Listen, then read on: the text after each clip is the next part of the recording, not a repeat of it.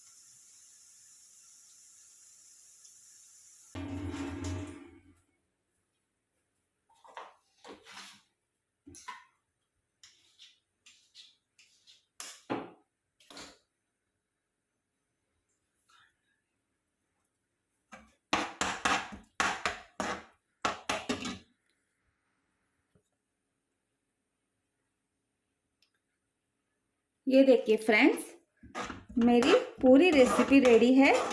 Please do like, share, subscribe and support my channel. Thank you. ये देखिए friends, मैंने egg की जो बॉइल्ड एग चिली बनाया है उसको सर्व किया है। Please do like, share and subscribe my channel and please do support me. Thank you.